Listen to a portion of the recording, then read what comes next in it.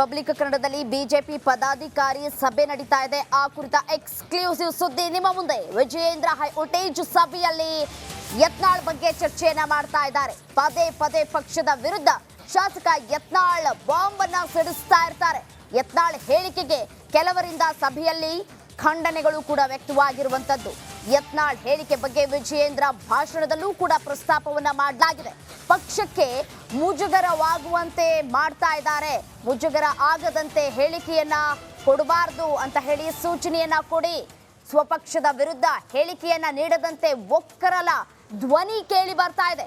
ಯತ್ನಾಳ್ ಹೇಳಿಕೆಗೆ ಹೈಕಮಾಂಡ್ ನೋಡ್ಕೊಳ್ಳುತ್ತೆ ಅಂತ ಹೇಳಿ ವಿಜಯೇಂದ್ರ ರಿಯಾಕ್ಟ್ ಮಾಡಿದ್ದಾರೆ, ಅಂದ್ರೆ ಹೇಳಿಕೆಯನ್ನ ಕೊಟ್ಟಿದ್ದಾರೆ. ಪದೇ ಪದೇ ಯತ್ನಾಳ್ ಸ್ವಪಕ್ಷದವರ ವಿರುದ್ಧವೇ ಕಿಡಿಕಾರ್ತಾ ಇದ್ದಾರೆ. ಸ್ವಪಕ್ಷದವರ ವಿರುದ್ಧವೇ ಹೇಳಿಕೆಯನ್ನ ಕೂಡ ಕೊಡ್ತಾ ಇದ್ದಾರೆ. ಈ ವಿಚಾರಕ್ಕೆ ಸಂಬಂಧಪಟ್ಟಂತೆ ಸಭೆಯಲ್ಲಿ ಒಕ್ಕರಲ ಧ್ವನಿ ಕೂಡ ಕೇಳಿ ಬಂದಿರುವಂತದ್ದು. ಅವರ ಹೇಳಿಕೆಗೆ ಕಡಿವಾಣವನ್ನ ಹಾಕಿ ಅವರು ಮುಂಬರುವಂತಹ ಲೋಕಸಭಾ ಚುನಾವಣೆಗೆ ಯಾವ ರೀತಿಯಾದಂತಹ ತಯಾರಿಯನ್ನ ಮಾಡ್ಕೊಳ್ಬೇಕು ಅನ್ನೋದರ ಕುರಿತು ಹೇಳಿ. ಸ್ವಪಕ್ಷದ ವಿರುದ್ಧವೇ 40,000 ಕೋಟಿ ಬಾಂಬ್ ಸಿಡಿಸಿದಂತಹ ಯತ್ನಾಳ್ ಕ್ರಮ ಕೈಗೊಳ್ಳುವ ಮುನ್ಸೂಚನೆಯಿಂದಲೇ ಯತ್ನಾಳ್ ಬಾಂಬ್ ಸಿಡಿಸಿದ್ರು.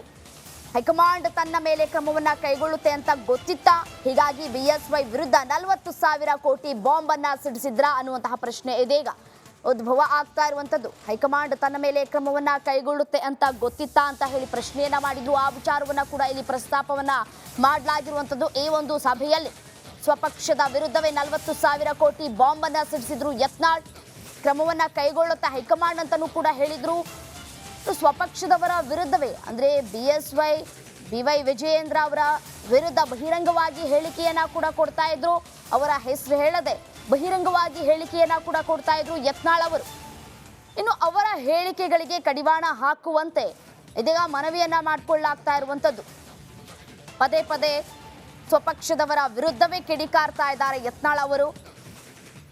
ಅವರಿಗೆ ನೋಟಿಸ್ ಅನ್ನ ಜಾರಿ ಮಾಡಬೇಕು ಅನ್ನುವಂತಹ ಮನವಿಯನ್ನ ಕೂಡ ಇಲ್ಲಿ ಮಾಡಿಕೊಳ್ಳಲಾಗಿರುವಂತದ್ದು. ಈ ಒಂದು ಸಭೆಯಲ್ಲಿ ಬಿಜೆಪಿ ಪದಾಧಿಕಾರಿ ಸಭೆ ಏನಿದೆ ಆ ಒಂದು ಸಭೆಯಲ್ಲಿ ಎಲ್ಲರೂ ಕೂಡ ಒಗ್ಗಟ್ಟಾಗಿ ಮನವಿಯನ್ನ ಮಾಡಿದ್ದಾರೆ. ಈ ವಿಚಾರಕ್ಕೆ ಸಂಬಂಧಪಟ್ಟಂತೆ ವಿಜಯೇಂದ್ರ ಅವರು ಕೂಡ ಹೇಳಿದ್ದಾರೆ ಬಿಜೆಪಿ ಹೈಕಮಾಂಡ್ ಅದನ್ನೆಲ್ಲನೂ ಪರಿಗಣಿಸುತ್ತೆ, ನೋಡುತ್ತೆ ಅಂತ ಕೂಡ ಹೇಳಿಕೆ ಕೊಟ್ಟಿದ್ದಾರೆ.